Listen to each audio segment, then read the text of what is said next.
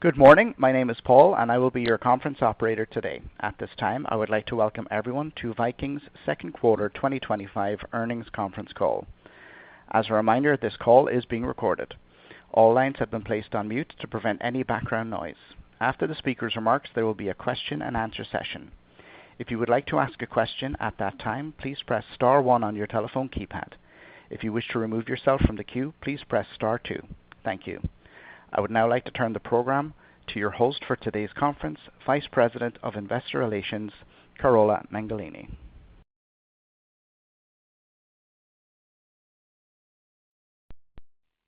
Good morning, everyone, and welcome to Viking's second quarter 2025 earnings conference call.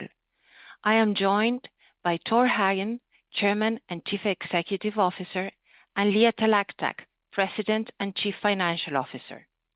Also available during the Q&A session is Linh Banh, Executive Vice President of Finance. Before we get started, please note our cautionary statement regarding forward-looking information. During the call, management may discuss information that is forward-looking and involves known and unknown risks, uncertainties, and other factors, which may cause the actual results to be different than those expressed or implied. Please evaluate the forward-looking information in the context of these factors, which are detailed in today's press release as well as in our filings with the SEC. The forward-looking statements are as of today, and we assume no obligation to update or supplement these statements. We may also refer to certain non-IFRS financial metrics, which are reconciled and described in our press release posted on our investor relations website at ir.viking.com. Tor and Leah will begin today's call with a strategic overview of the business, including a recap of our second quarter results and an update on the current booking environment. Following their remarks, we will open the call for your questions. To supplement today's discussion, an earnings presentation is available on our investor relations website. With that, I'm pleased to turn the call over to Tor. Thank you, Carola, and good morning, everyone. We are pleased to have delivered another quarter of great results, which reaffirm once again the strength of our business model, of our brand, and our guest demographic. As you can see on slide 3, in the second quarter of 2025, net yield increased 8%, which combined with an 8.8% capacity growth resulted in revenue increases of 18.5% year over year. I believe this is the result of disciplined execution and great demand for our cruises. In terms of the overall booking environment, we are seeing sustained strength in demand. 96% of the 2025 capacity for our core product is already booked, effectively selling out this year. As such, our attention remains on 2026 bookings, where we are seeing a very strong start. As of August 10, 55% of the capacity of our core products for the 2026 season was already sold, which is in line with our booked position at the same point last year and at higher rates.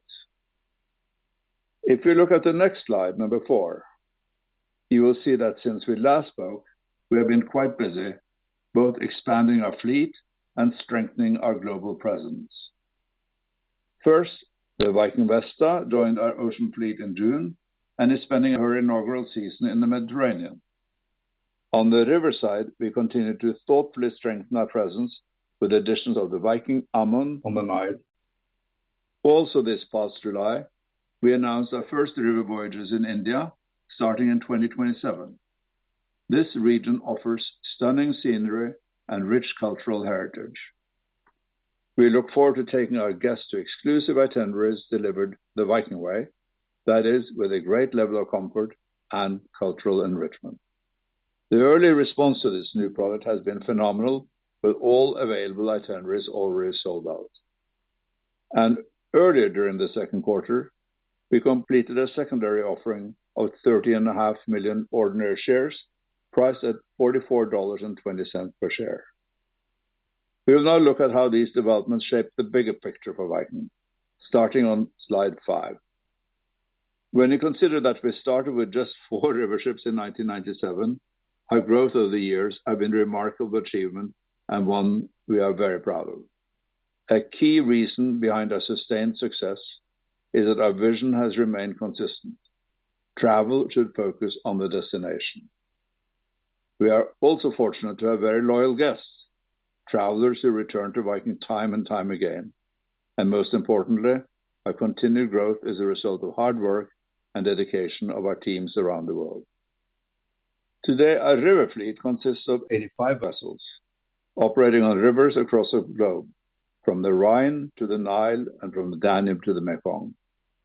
Through years of strategic investments and partnerships, we now control or have priority access of 110 docking locations, giving us logical flexibility and the ability to deliver a consistent, high-quality guest experience. On the oceans, we now operate 12 small, modern ships, all with 100% balcony staterooms and designed to be nearly identical.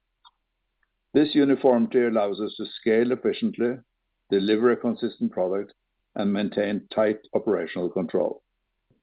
The same philosophy guides our 2 expedition vessels, which serve guests seeking deeper exploration in remote regions of the world.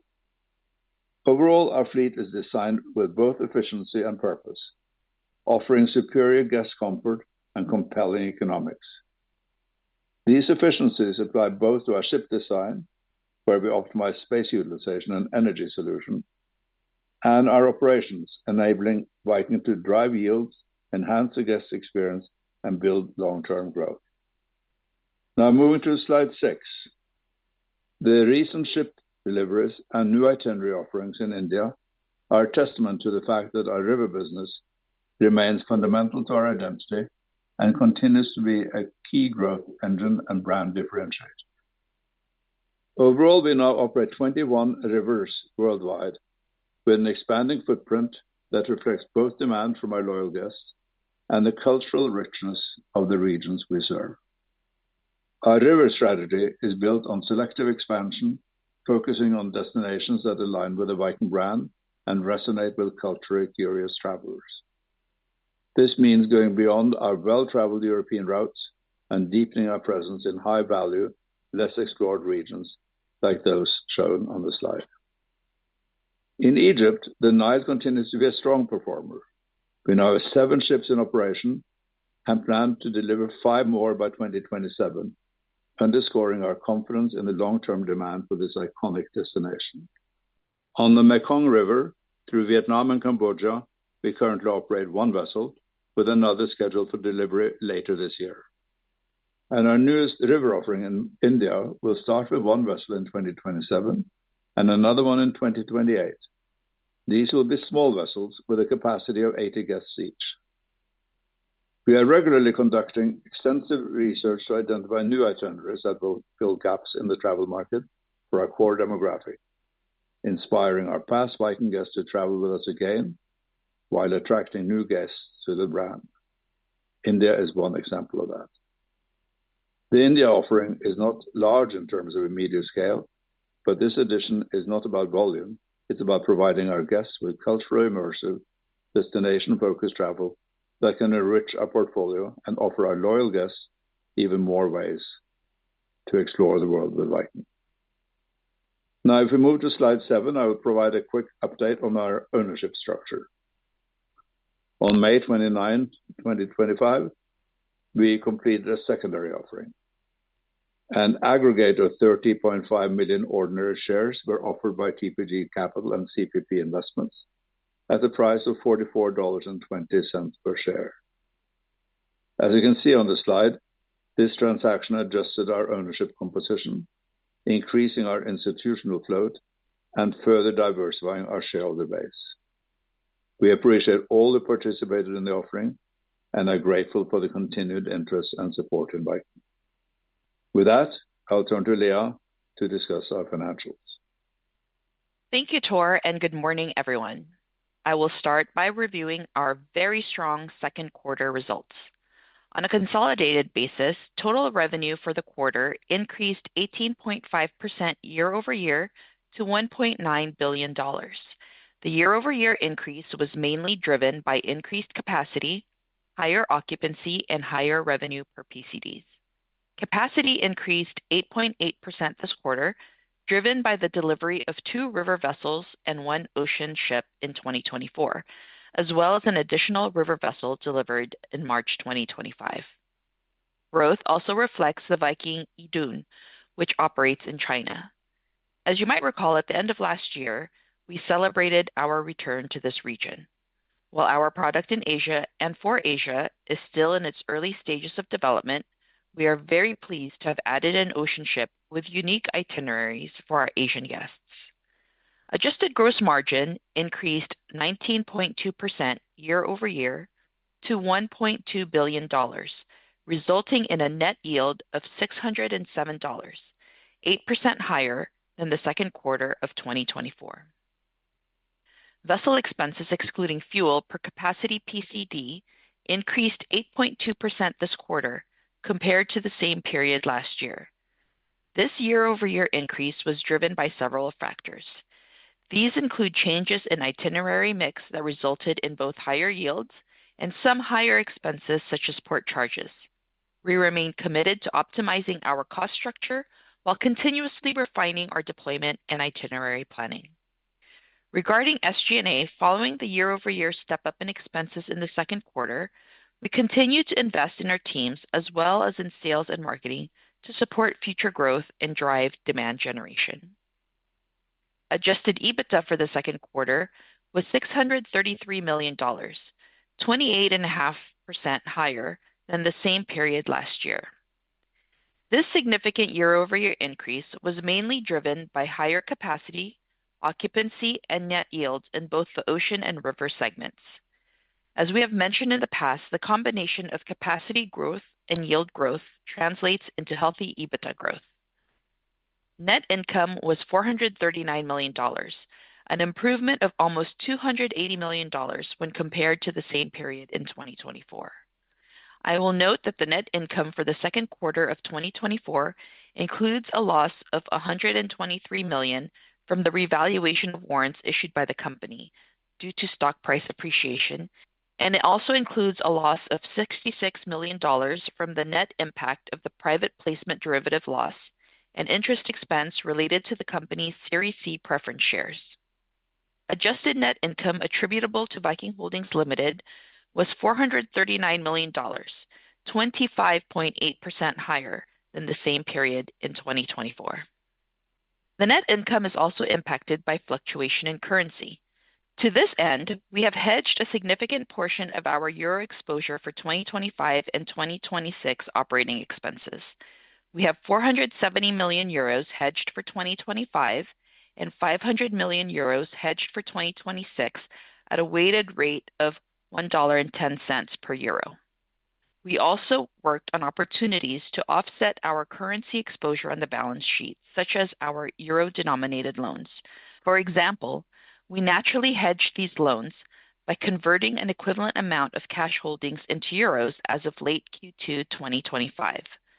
With this, on a go-forward basis, we have generally mitigated the unrealized currency fluctuations caused by the euro loans due to fluctuating euro rates. Adjusted EPS was 99 cents for the second quarter. Before moving to our reportable segments, which are on slide 10, I would like to highlight that for the first half of the year, our consolidated adjusted gross margin increased 20.7% year-over-year to over $1.8 billion, and our net yield was $584, 7.6% higher than in the same period last year. Now, I will briefly discuss our 2 reportable segments, River and Ocean.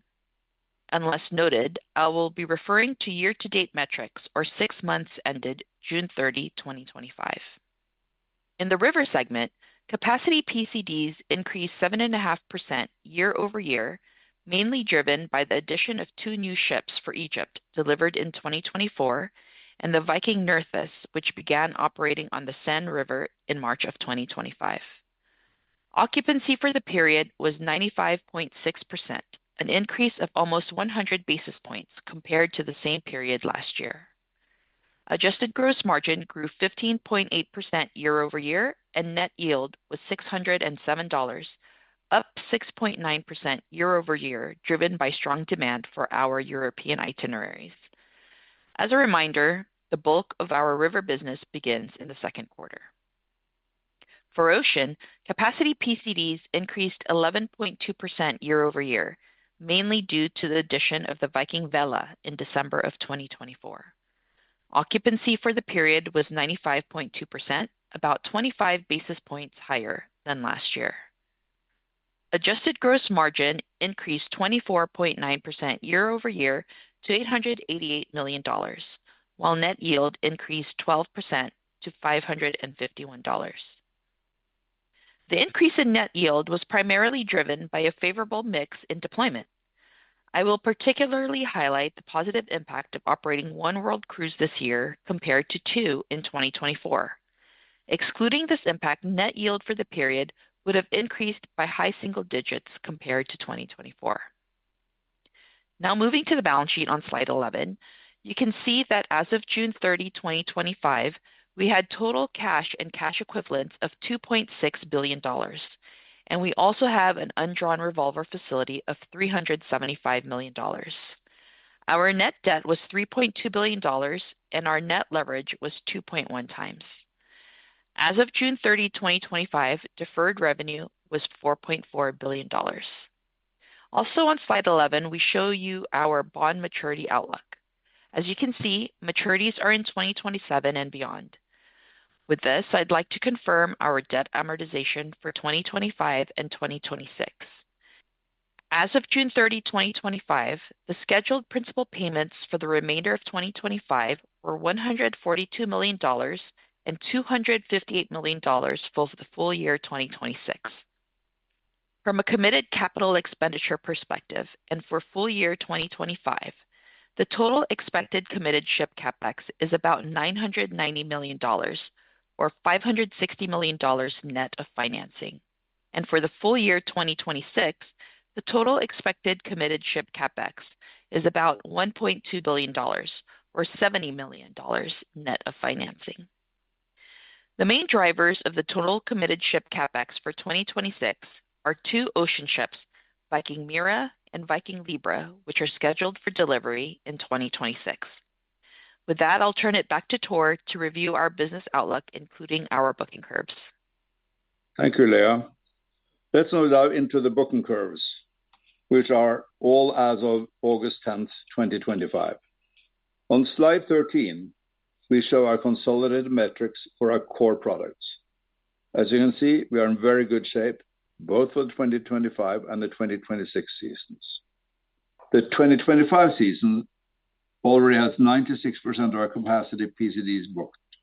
Advanced bookings equal $5.6 billion, which is 21% higher than the 2024 season at the same point in time, while the capacity is increasing by 12%. And for 2026, we are already 55% booked with $3.9 billion of advanced bookings. These are 13% higher than the 2025 season at the same point in time in 2024. Capacity for our core products is increasing by 9%. Let us now talk about the advanced booking curves for the segments. On the next slide, you will see the curves for ocean cruises. This is slide 14. I will start with the blue line, which shows the bookings for 2025. Overall, we have sold 95% of our capacity PCDs for the year and have $2.5 billion of advanced bookings, which is 29% higher than last year at this point in time. Capacity is increasing by 18%, and rates have remained strong as we finish selling the last quarter of the year. If you now look at the yellow line, you will see the booking trend for the 2026 season, which is in very good shape too. As of August 10th, we had sold about 64% of the 2026 capacity for ocean, which is increasing by 9%. Advanced bookings are 19% higher than last year, with rates equal to $780 compared to $752 for the 2025 season at the same point in time. Now, if you move to slide 15, you will see the curves for the river cruises. I will start with advanced bookings for 2025, which is the blue line. As you can see, we are having a great year with 97% of the 2025 capacity already sold as of August 10th. We have over $2.7 billion in advanced bookings, which is 16% higher than last year at this point in time. As you can tell, we have continued to book our remaining inventory at very attractive rates.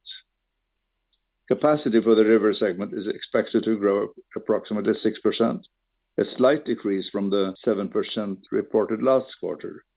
The most notable update is related to 2 vessels previously scheduled for delivery at the end of 2025, which are now expected at the beginning of 2026.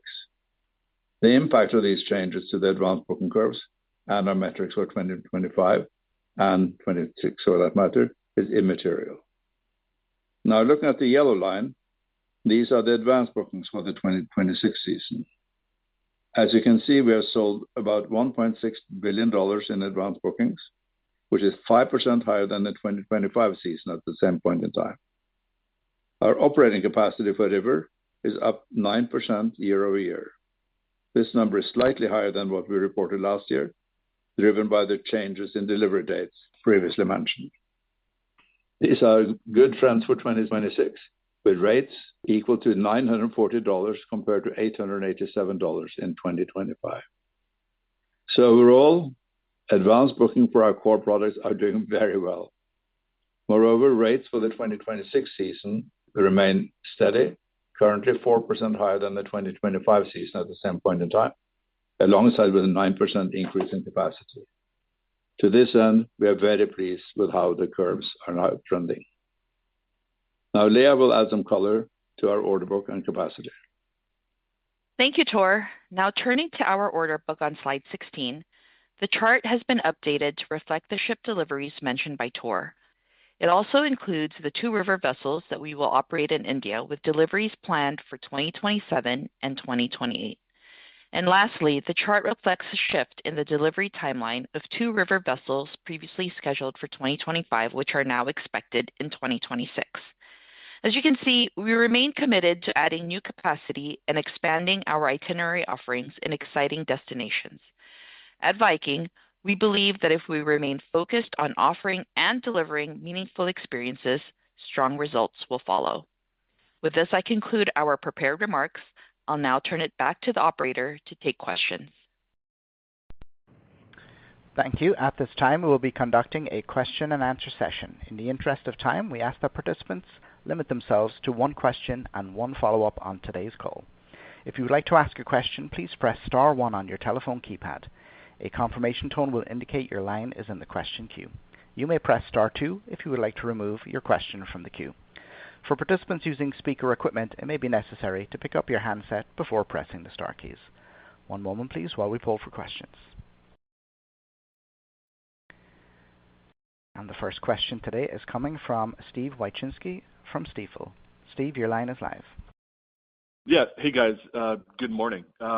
Congratulations on a solid quarter here. So, Tor or Leah, I'm wondering if maybe you could just walk us through the last couple months in terms of booking progress for 26. And I guess what I'm trying to understand here, or understand a little bit more here, is obviously there was some slowdown, in bookings if we go back and think about February and March around Liberation Day stuff and just general macro uneasiness. And then when we heard from you guys last April and May, it seemed like it improved. And wondering then if you could just walk us through maybe what you kind of have seen in June, July, and so far in August in terms of how bookings have trended across both river and ocean, and maybe if your core customer, has become more selective with how and when they are booking. Thanks.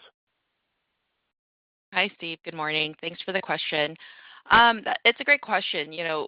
Since we last spoke, we have continued to see really strong demand from our consumers. In fact, we had an outstanding June and July, and we continue to see that booking strength continue into August. And that's reflected in the fact that we're 55% sold for 2026. So from our perspective, the consumer behavior is pretty much consistent with what we have seen in the past. We've seen our guests start to really engage and start to book their holidays for the 2026 season. And Tor, I don't know if you want to provide any color.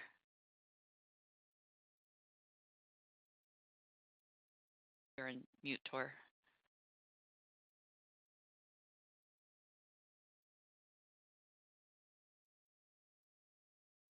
Okay, well, go ahead, Steve. Do you have another question? Yeah, I'll move on. And then you guys, you mentioned marketing spend and a little bit of uptick in terms of marketing spend. And just wondering, maybe is that broad based, or are you guys having to market maybe more aggressively to certain itineraries or certain cabin classes and stuff like that? Just trying to understand that commentary there around the uplift in marketing spend. Thanks. Yeah, sure. So we, in the past, we have spoken to the fact that if we see a little bit of softening in demand, that our first lever that we pull is marketing, not necessarily pricing. And you've spoken to this a little bit of a softer demand around Liberation Day, and so that's where we turned on our marketing machine and just promoted more, not necessarily discount, but just got the word out and got the consumers focusing on Viking and stimulating that demand. So that's what you see there. And, it's something that we do as part of our business strategy of, direct to consumer interface. Okay. Gotcha. Understood. Thanks, guys. Really appreciate it. Thank you. Thank you. The next question will be from Matthew Boss from JP Morgan. Matthew, your line is live. Great, thanks, and congrats on a nice quarter. Thanks, Matt. So, Tor, with 2026 bookings off to a very strong start, as you cited, how do you see the current 26 booked position at over 50% today, allowing you to optimize pricing on capacity for 26 at this point? Yeah, this is always a tricky game. At the prices we get, we have a reasonably good return, and we also want to make sure that our guests get good value for money. So we should be careful that we don't get overly excited also. But it's a balance we strike, and I think we are in a good spot now where we are. Might possibly, when you look at things backwards, might possibly have pushed the price a little bit higher, but I think we're quite satisfied with where we are. Great. And for a follow-up, Leah, maybe could you provide some perspective on the 4% advanced bookings per PCD growth to date? Is mid-single-digit yield growth for 26 the right baseline, or just any puts and takes to consider as we move further down the booking curve? Sure. So I think, we don't provide guidance, but we have, that is our goal, is to mid-single digits price growth. And, taking into perspective, we talked a little bit about average price per day. We are averaging $800 to $900 per day, and that's 4% on top of already 7% that we've achieved in 2025. So the pricing increase, in addition to our capacity increase, we believe will lead to great revenue and EBITDA growth, not just in 25, but also in 2026. And at the end of the day, we are building long-term. We want our guests to repeat. We want good value for money. And our payback on our ships reflect that, our pricing is also quite strong. Our payback for ocean vessels is 5 to 6 years. Payback for rivers is 4 to 5 years. And that's even before the negative working capital, with the fact that our guests book and pay, 7-8 months prior to departure. So overall, I would say that the consumer is showing signs that it's healthy. They're engaged, they're booking, and we are able to demonstrate that our goals of mid-single digit price increases is achievable. Great color. And if I may add, we are of course fortunate because we believe we are somewhat contrarian. So we have been able to contract ships at very good prices. We are also a good negotiator when it comes to shipyards. So you can say the ships that we now have on the books have been acquired at fairly attractive prices, which gives advantage relative to anybody who might want to expand their position or even enter this market. So I think we want to make sure that we give good values to our loyal guests. It's really helpful color. Best of luck. Thanks. Thank you. The next question will be from Robin Farley from UBS. Robin, your line is live. Great. Thank you. Just looking at your booked revenue per cruise day for 2026, and that up 4%. And it had sounded last quarter like you had maybe expected that would tick up over the course of this year. It sounds like is maybe the expectation that it won't tick up, that it maybe will sort of stay at this level. So maybe a little bit of a different view than you had last quarter, or how should we think about, the commentary that you're giving us today? Thanks. Hi, Robin. Well, sorry. Go ahead, Lynn. No, please go ahead, Leah. Yeah, I can start, and then you can kind of give your perspective. But, we have said mid-single digits, and we didn't give any guidance that we thought it would tick up. So I just wanted to clarify that. But go ahead, Lynn. No, I agree with what Leah just said. I think, in our last call, we said if market conditions remain, we do feel that we would get to our mid-single digit goal. And, we'll just reiterate what Tor and Leah both just said, that, we feel our capacity increase plus our yield increase would lead to good, healthy EBITDA growth.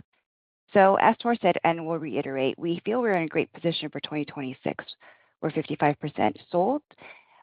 Rates are higher, and given that our average revenue per day is $800 to $900, we feel we are in a good spot.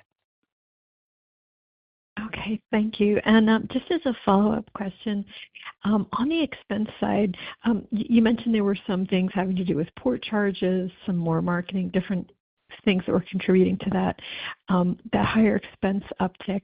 Can you give us a sense of how much of that do you think is this the new base for, in other words, should we expect this expense increase to continue, or were there kind of one-time items or non-recurring factors in the quarter? Because I'm just thinking about that rate of expense growth relative to next year's, revenue growth if it stays at the 4% level, just to get some comfort that expenses wouldn't be up, that much more than revenue. So anything about, but maybe sort of non-recurring from this quarter. Thanks.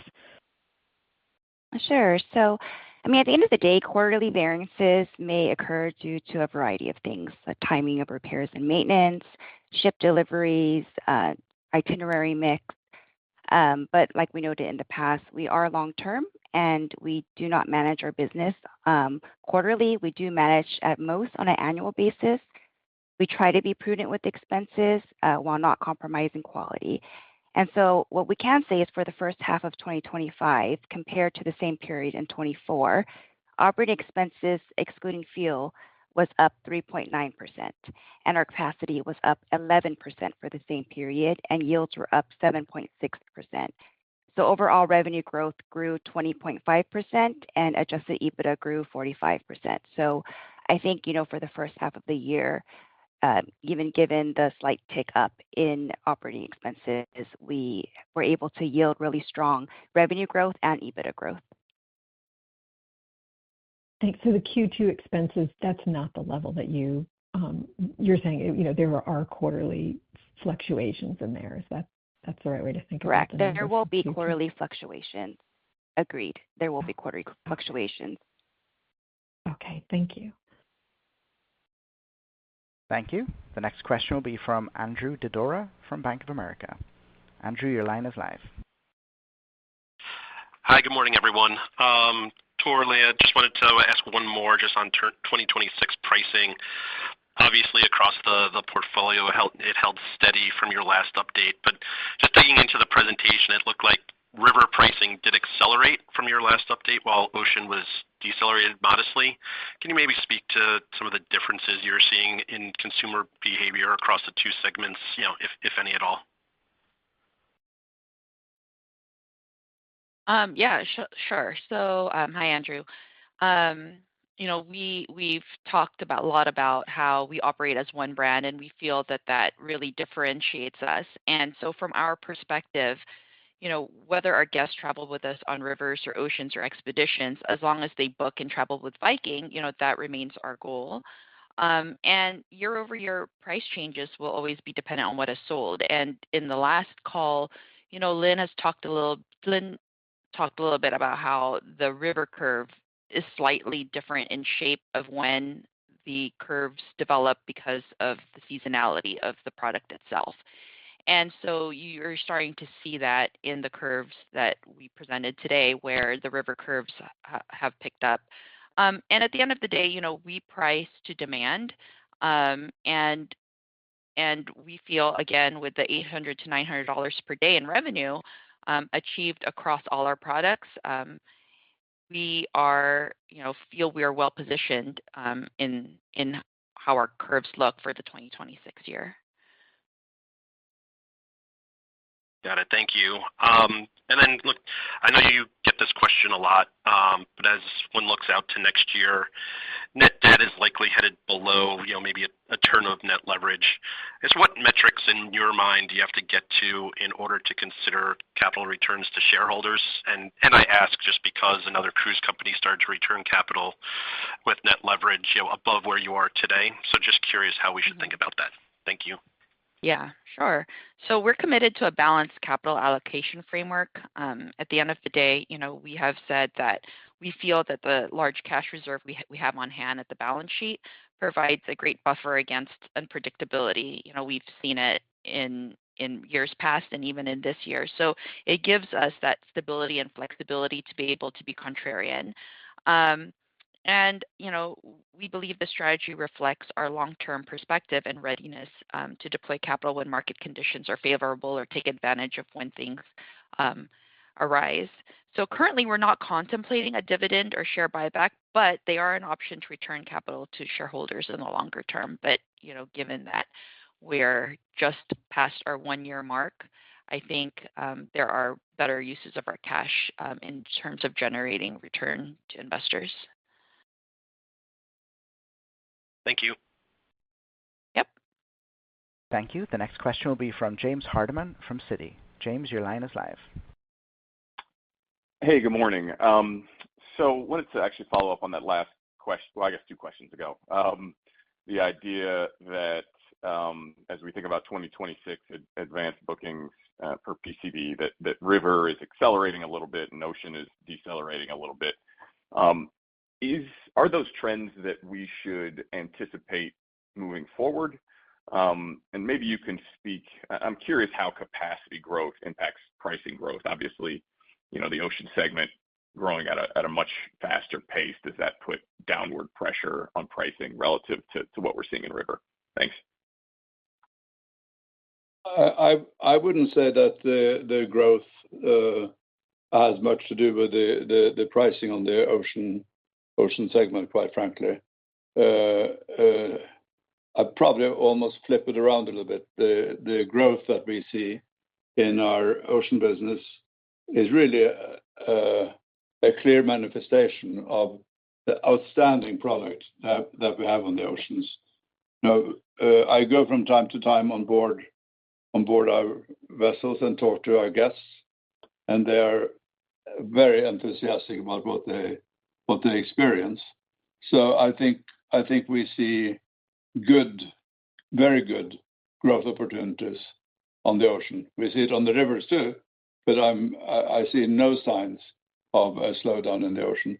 Maybe we could have had a little bit higher price on the ocean in the last couple of quarters, but at these rates, we get a reasonably good return to shareholders as it is, and it gives us a good chance to deliver a good product and good results. Some interesting things when we look at look at what's going on, is that the people who now travel on our ocean business are to a large extent people who have been on other ocean cruise lines before. I'll not mention names of some of them, but we have it in some of our presentation material from earlier, where they've been on ocean cruises. I call them more floating theme parks with their children, and then they grow up. I guess that is. They get into their 50s and say, we really want to have a different experience than this stuff where we go with our kids and do all the fun stuff. We want to have a quiet, serene experience. And I think they don't have much choice, and they're so enthusiastic about what we have. So I think our ocean product has very much demand coming, and we are very fortunate to have the large order book that we have at very attractive prices for the ships. So we can talk about the fine tuning of the fares. As I said, we could have done a little bit better. Looking backward is always easier, but I think the ocean business is in great shape, and I say the river business is also in very good shape. We have 50% of that market, 52%, I think, latest count. So I think we're in excellent position on both of the products. Got it. That's helpful. And I wanted to ask about mix a little bit. Obviously, the 4% for 2026 is getting a lot of focus this morning. It's the same number as last time around. And so one takeaway might just be that nothing's changed, right, since May 11th. I guess, are there any mix offsets that we should be aware of? I don't know if there's this concept of sort of like for like. Has that gotten any better, and maybe that's offset? We've talked a lot in the past about sort of the premium rooms booking first. Obviously, there's a lot of different parts of the world. So curious about how mix impacts that 2026 number. And then maybe a way too early question for 2027, but how do we think about mix there? It looks like your Egyptian capacity is almost doubling. I think you get some real good prices for those rooms. Should we be thinking about that as a tailwind to pricing in 2027? Thanks.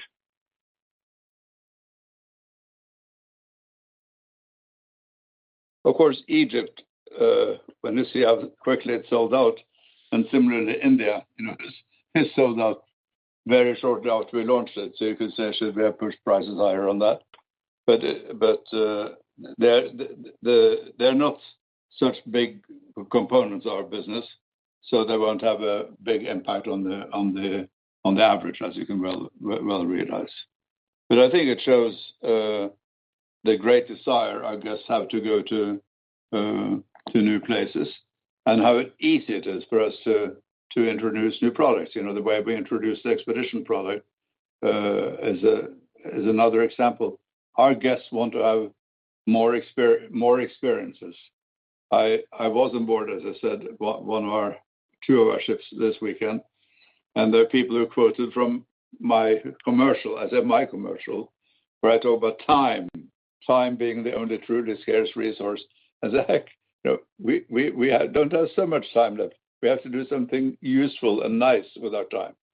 And what other thing is there to do than travel with Viking? They knew I was, of course, so that probably buttered me up. But I think this is very, very key. How we can find new experiences for them. And we have had a long debate, how much of a luxury product are we? We are about, other people define luxury one way or another. I don't think our guests necessarily like to have butlers roaming around their luggage, and whether it's dirty or clean laundry. But, we are really we are an understated, elegant product, peaceful, quiet. We give a product to people who have worked hard and who now deserve to spend some time doing interesting things. So the promises, we have no children, no casinos, no nickel and diming. I think that just hit right at the heart of who the people, what people want when they travel on, we shouldn't almost call it cruise because we're so different from the others. So I think we're in a good spot. Interesting color. Thanks, Tor. Thank you. The next question will be from Stephen Grambling from Morgan Stanley. Stephen, your line is live. Hi, thanks. I think I caught that you said that you were getting good pricing on ships. I guess I was wondering if you could double-click on that comment. Is that relative to peers, history, or both? And what do you think is driving some of the improved capital and efficiency on the order book? If I may, I think we have taken a lot of care when we first designed both the ocean ships and the river ships. We like to get it right in the first place. And then, as you know, we don't vary things much. So we don't have new designers come in and mess things around. So our ships are virtually identical. That makes it better for the yard. So we get a better price as such. It costs them less to repeat. Also, I dare say we have the people on our side who negotiate are quite hard-nosed when it comes to dealing with the yard. We don't use brokers in between, which some of the other cruise lines do. So we are quite efficient, I would say. So the comparison is really both with our prices of the past, because of course with inflation we have had to pay somewhat more. But certainly compared to anybody out there now contracting ships, we get much better prices than they, because we are quite efficient and we don't waste space or things on the ships. So that is a key tenet of what we're doing. That's helpful. And maybe changing gears as a follow-up, could you just talk about some of the puts and takes to gross margins associated with thinking about the gross pricing you have in your advanced bookings versus what we're seeing in net yields, which look like they've been a little bit better, and how to think about that maybe into next year? Thank you. Sure. Hey, Stephen, this is Lynn. So what we provide in our booking curves are what generally a guest would book, so cruise, land, air, etc.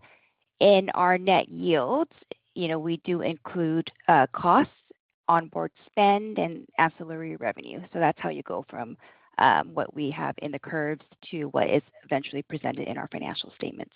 There will be a difference, as you note, but we've done a good job of being able to keep rates up.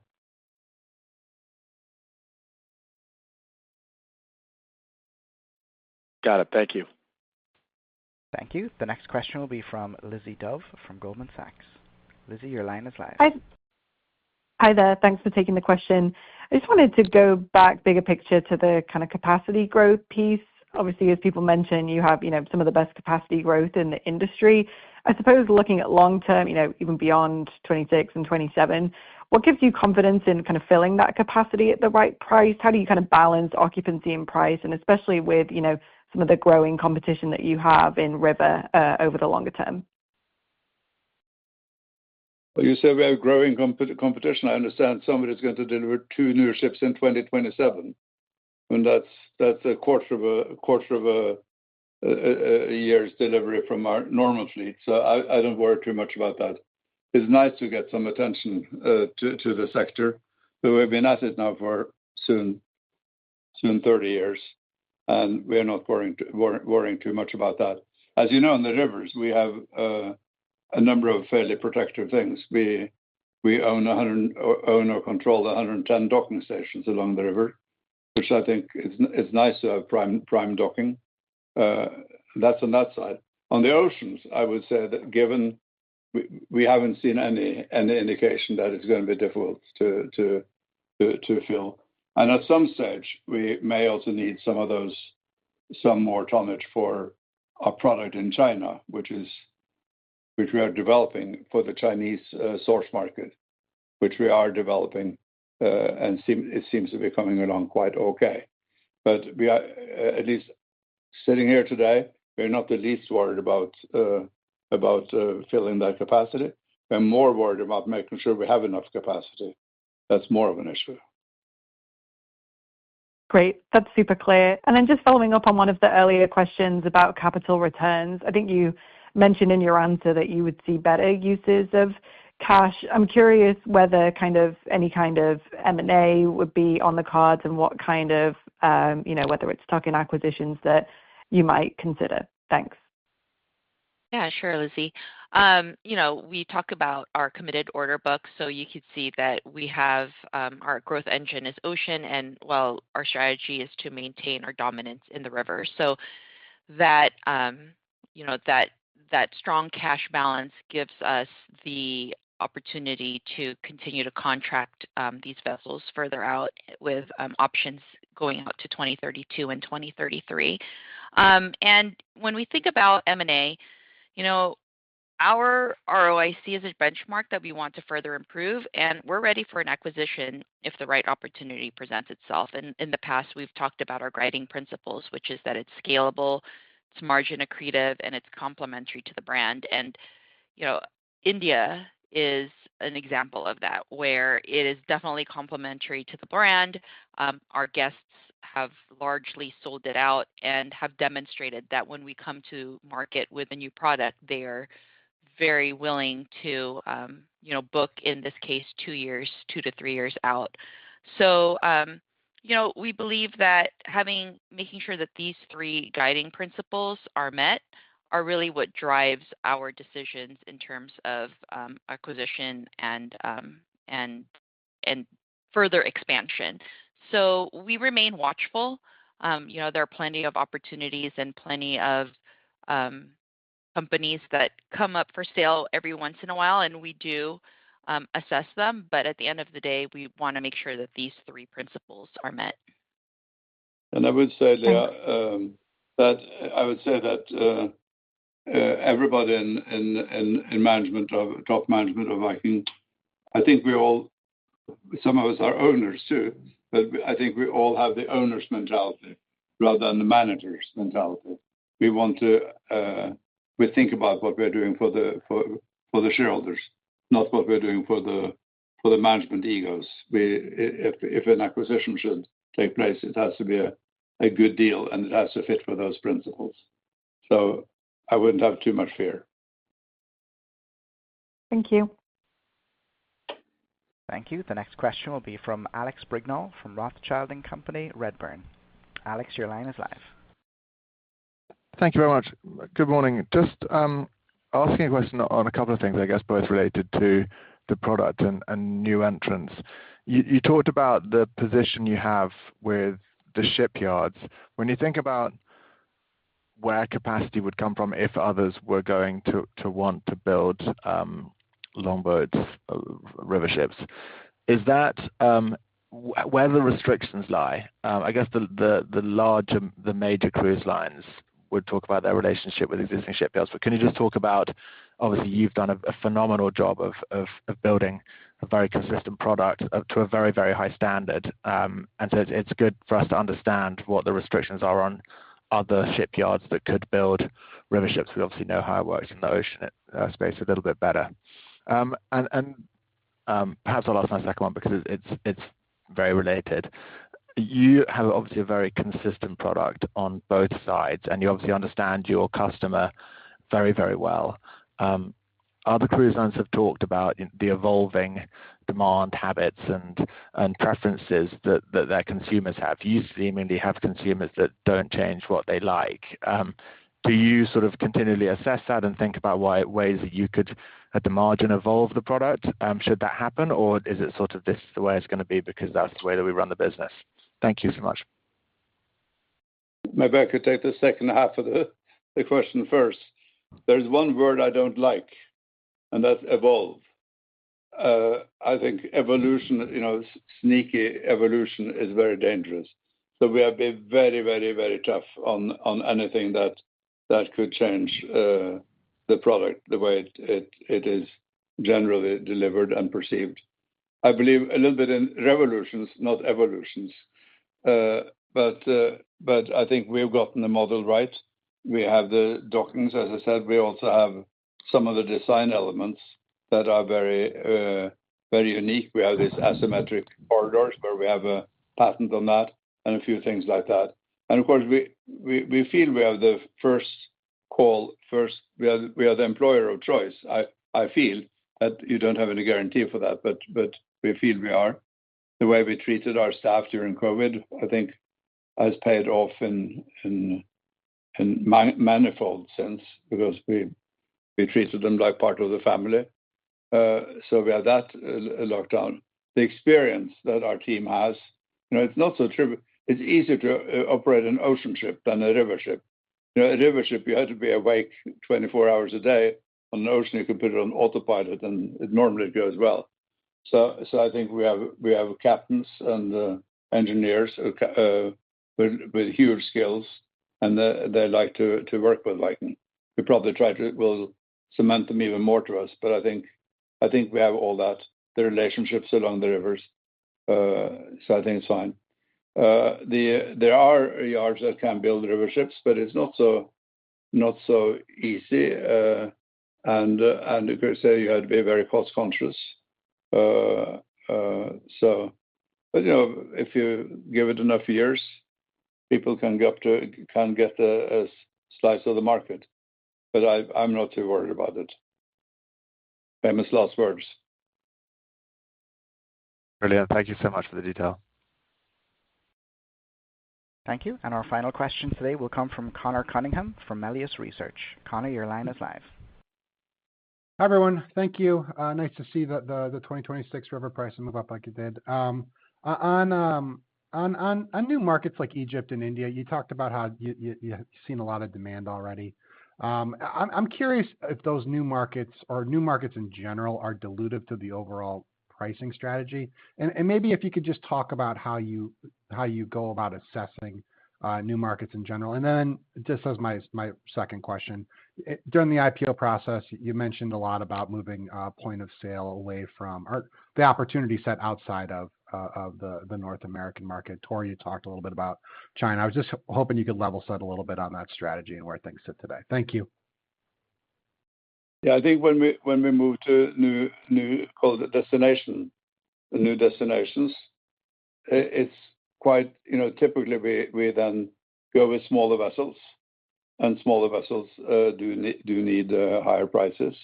So we have to make sure that we don't do anything stupid. But I think what we've done, for example, in Egypt is exceptional. Nobody comes near the vessels we are building there in quality. And I think similarly will be India. So I think we have to take care of that. The market research, I joked a bit about it. I said we do a lot of market. I do a lot of market research in the morning when I shave, and maybe that's a bit. We do a lot of formal market research too, but I have the benefit that I know. I feel I know what our guests want, quite frankly, and so do my colleagues. So we can really assess it quite well. But it's clear that people want to go to interesting places. I mentioned to some guests on board that next world cruise will go to Lagos in Nigeria, and many people say, "Oh, that's so dangerous." So of course, people like to go to a new place where they haven't been before, and they say we like to go with Viking because we know that we are safe. And that's really the theme throughout. So I think we'll find some more places like that. But the map, when you look at our map in our brochure, we are pretty much everywhere, quite frankly. But we have even now the business we have in the U.S. on the Mississippi. We had some startup issues, but I think that has also come quite right in terms of the quality of the product. And China is, as we all know, is a huge potential market. We currently have 4 river ships staffed by Chinese speakers, and we are marketing. And in the same fashion as we do in North America, we market directly to the Chinese consumer. People said, "You must be nuts." And I said, "No, we don't want to go through tour operators or other people who brand over us." So I think we're seeing It's taken a long time, but I feel we're coming through that. So there will be hopefully some real things coming out of that. There are these obvious expansion opportunities. China is the biggest one, of course. So I know that answers the question. Leah, there was one point you should have made. Do you want to make the point before the last question is being asked, or should we shut up?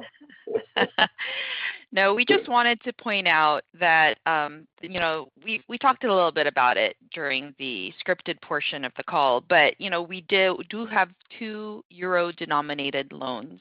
They're ocean loans. They're disclosed in the financial statements, and we did experience unrealized FX losses related to them. We calculated, and it translated to 11 cents adjusted EPS impact to our adjusted EPS 99 cents. And what we did was we converted US dollars to euros to create a natural hedge. So we don't expect that unrealized loss to recur throughout the rest of the year. So we did want to point that out as the euro starts to strengthen, the fact that we did that, and also we are hedged for a portion of our 25 and 26 results. We feel we are able to manage through the currency exposure. I think that's important because our philosophy has always been to finance our vessels in dollars. But on this occasion, there was some issue, and we then said we had to do it in euro. And we're probably a little bit slow in converting or in having a matching euro deposit. So that had that negative impact both on Q1 and Q2 this year. But that should not be a recurring event for those who like to look to the future. I think that's important. We don't want to take unnecessary currency risks. There are enough other risks we can exploit. Appreciate all the detail on the tack on. Okay. That was exactly the point. Thanks, Tor. Okay, sorry about that, but I think it's important because I think some famous investor from Omaha used to call EBITDA the result before expenses, and there are something below EBITDA too, which one should look at, and we do look at the bottom line. Thank you. And I will now turn the conference back over to Tor Hagen, Viking's Chairman and CEO, for closing remarks. Yeah, so can I thank everybody for joining in today's call, and I thank you for the support and the interest in Viking, and we'll see what the future brings. Thank you very much all. Thank you. This does conclude today's conference. You may disconnect your lines at this time. Thank you for your participation.